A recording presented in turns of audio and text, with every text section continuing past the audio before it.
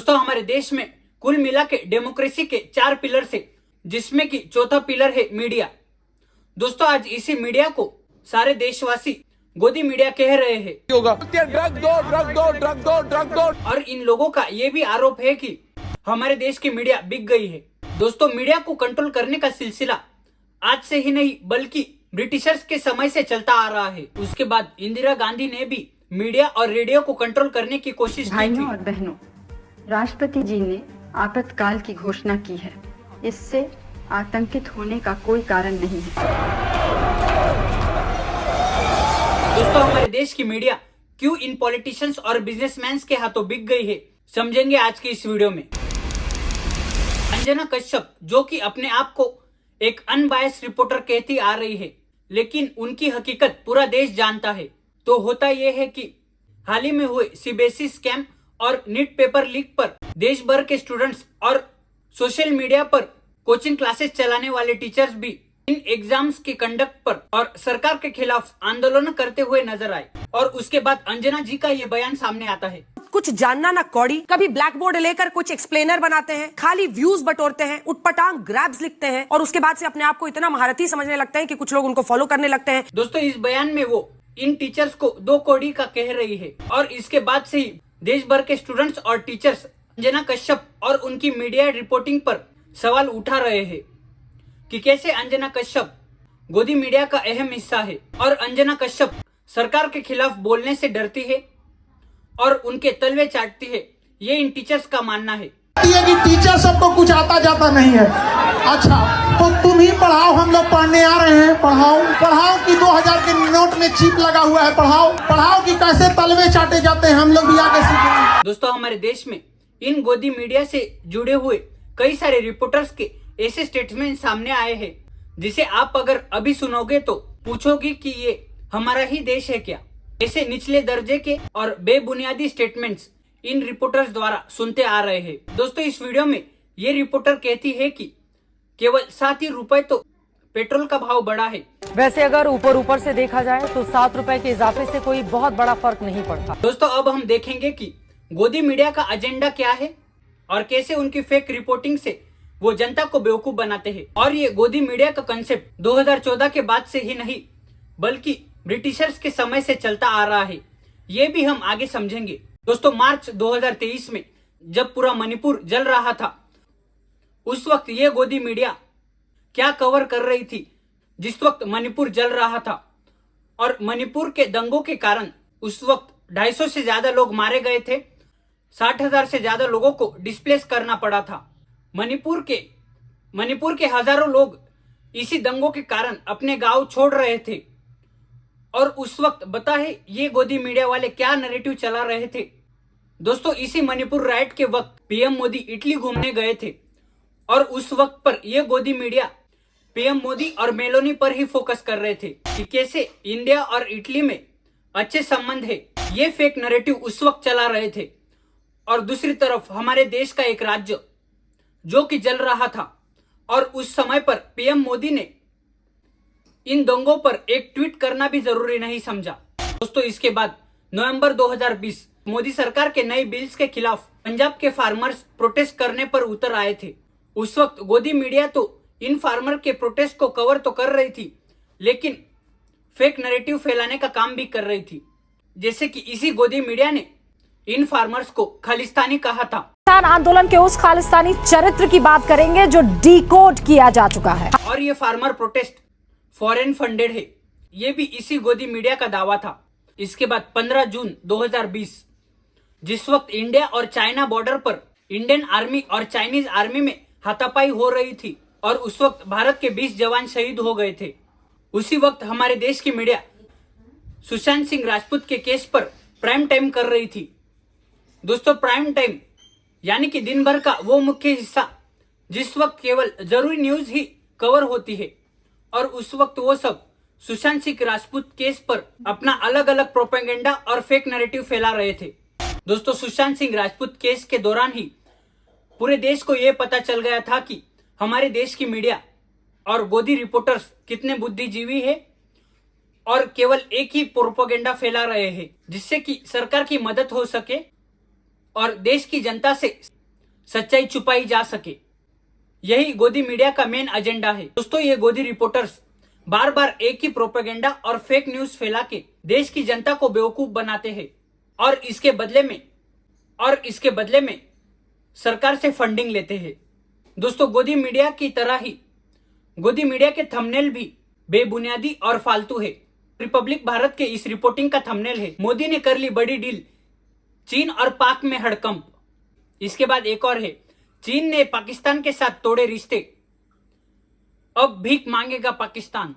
दोस्तों, मीडिया को खरीदने का सिलसिला केवल आज से ही नहीं चलता आ रहा, बल्कि ब्रिटिशर्स के समय से ही मीडिया को खरीद लिया जाता था।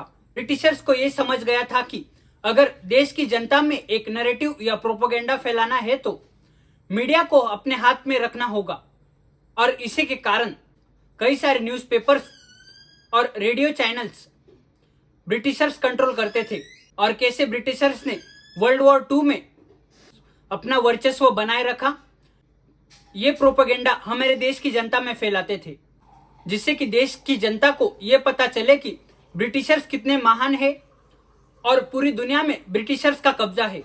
और कोई भी ऐसी बात जो कि ब्रिटिशर्स के खिलाफ हो, वो उस बात को दबा देते थे या तो न्यूज़पेपर से हटवा देते थे। इसी के कारण ब्रिटिशर्स के खिलाफ कई सारे फ्रीडम फाइटर्स और एक्टिविस्ट्स ने अपने खुद के न्यूज़पेपर्स शुरू कर दिए थे। केवल महात्मा गांधी के नाम पर ही 4 न्यूज़पेपर चलते थे। इसके बाद लोकमान्य तिलक, स्वतंत्र वीर सावरकर अपना खुद का न्यूज़पेपर चलाते थे, जिससे कि देश की जनता को फेक नैरेटिव और प्रोपेगेंडा से बचाया जा सके। और दोस्तों, आज़ादी के बाद भी मीडिया को खरीदने का सिलसिला उस वक्त भी जोरों शोरों से चला। उस वक्त जवाहरलाल नेहरू ने भी अपना खुद का न्यूज़पेपर नेशनल हेराल्ड चलाते थे, जिससे कि अपना नैरेटिव देश की जनता में फैलाया जा सके। और जवाहरलाल नेहरू भी अपनी खुद की प्रशंसा अपने ही न्यूज़पेपर में करते थे, जिससे कि देश की जनता को ये लगे कि जवाहरलाल नेहरू हमेशा गरीबों और किसानों के बारे में सोचते हैं। और इस नैरेटिव के कारण भी जवाहरलाल नेहरू इतने सालों से सत्ता में रहे। इसके बाद इंदिरा गांधी का समय आता है। ब्रिटिशर्स और जवाहरलाल नेहरू की लेगेसी इंदिरा गांधी कैसे छोड़ सकती थी। इसी के कारण इंदिरा गांधी ने भी देश भर के रेडियो चैनल्स और न्यूज़पेपर्स को खरीद लिया था। ये उस वक्त के एक्सपर्ट्स दावा करते हैं। उस वक्त आकाशवाणी और दूरदर्शन पर उनके कामों की प्रशंसा की जाती थी। दोस्तों, इसके बाद सबसे बड़ी गलती जो कि इंदिरा गांधी ने की थी, वो थी इमरजेंसी। 25 जून 1975, जिस वक्त पूरे देश में इमरजेंसी लागू कर दी थी। और इस इमरजेंसी के 21 महीनों के कार्यकाल में देश की मीडिया को दबाया गया और देश की मीडिया को रेस्ट्रिक्ट कर दिया गया, जिससे कि इंदिरा गांधी के खिलाफ कोई भी रिपोर्टर आवाज ना उठा सके।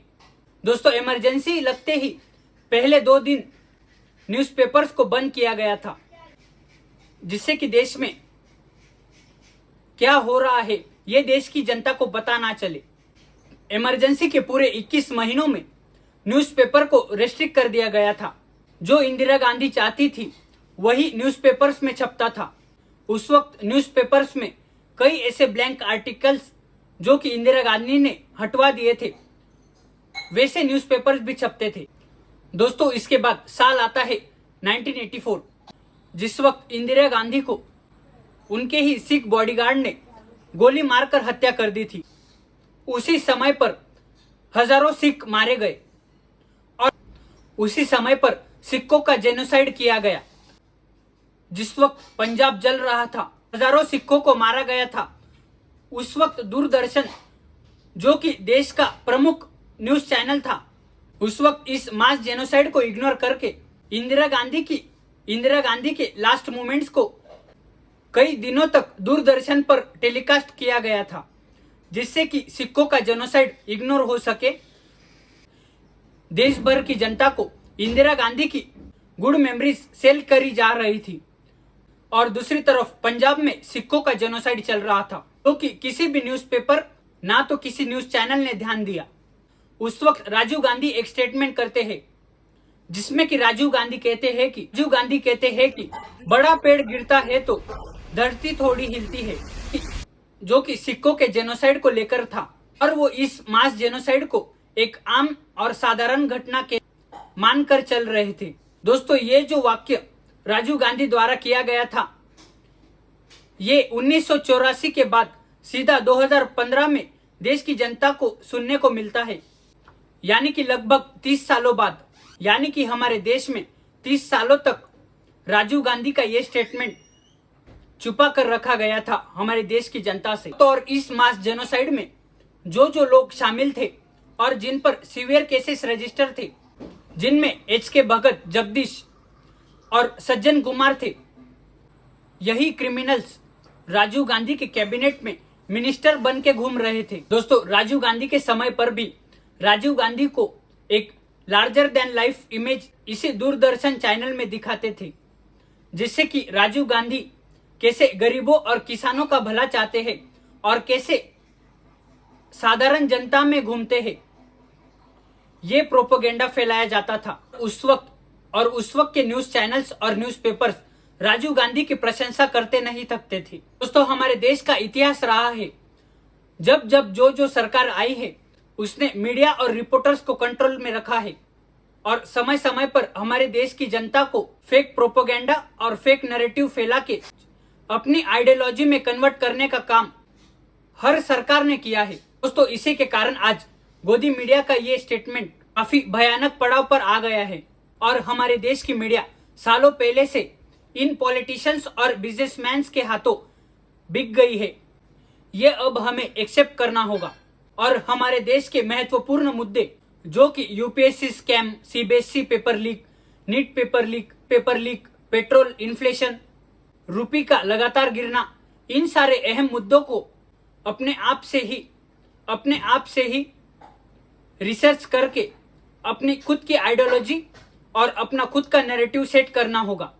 दोस्तों, उम्मीद करता हूं कि हमारे देश का युवा अपनी एनालिसिस और अपनी रिसर्च खुद करे और इन गोदी मीडिया और इन रिपोर्टर्स के झांसे में ना आए, ऐसी मैं इस वीडियो से अपेक्षा करता हूं।